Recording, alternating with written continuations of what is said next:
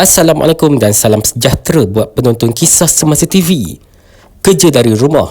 KPM teliti kemungkinan PDPR. Pelaksanaan pengajaran dan pembelajaran di rumah PDPR kepada pelajar akan diteliti sebaik mungkin sekiranya kerajaan memutuskan pelaksanaan kerja dari rumah bagi pejabat awam di negara ini. Ketua Pengarah Pendidikan Datuk Dr. Muhammad Azam Ahmad berkata, pihaknya akan menilai secara menyeluruh rasional pelaksanaan PDPR sebelum sebarang keputusan dibuat di peringkat sekolah. Kita akan teliti sekiranya cadangan kerja dari rumah ini melibatkan sekolah. Jika ada rasional untuk melaksanakan PDPR, kita akan menelitinya dengan cermat sebelum membuat keputusan. Perbincangan lanjut berhubung perkara itu akan diadakan minggu depan bersama Menteri Fadlina Siddiq, Timbalan Menteri Wong Kah-Wah, Ketua Setiausaha Datuk Dr. Amiruddin Hasim serta pengurusan tertinggi KPM Kementerian Pendidikan Malaysia, katanya pada hari Sabtu.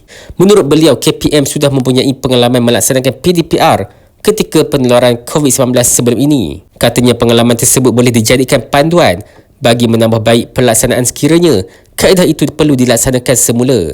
Muhammad Azam memberitahu pendekatan yang diambil perlu memastikan matlamat kerajaan khususnya dari segi penjimatan kos operasi dapat dicapai tanpa menjejaskan kualiti pendidikan. Apa juga keputusan yang dibuat perlu mengambil kira kepentingan terbaik murid dan keberkesanan sistem pendidikan negara.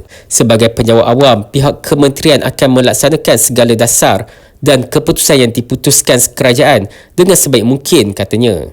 Sinar Harian pada Jumaat melaporkan cadangan kesesuaian pelaksanaan kerja dari rumah work from home bagi sektor awam akan diputuskan dalam mesyuarat Kabinet Selasa, kata jurucakap kerajaan Datuk Fahmi Fazil. Menurutnya, Perdana Menteri Datuk Seri Anwar Ibrahim telah mengarahkan Ketua Setiausaha Negara KSN Tan Sri Syamsul Azri Abu Bakar dan Ketua Pengarah Perkhidmatan Awam KPPA Tan Sri Wan Ahmad Dahlan Wan Abdul Aziz untuk meneliti cadangan tersebut bagi memastikan beberapa perkara diselaraskan.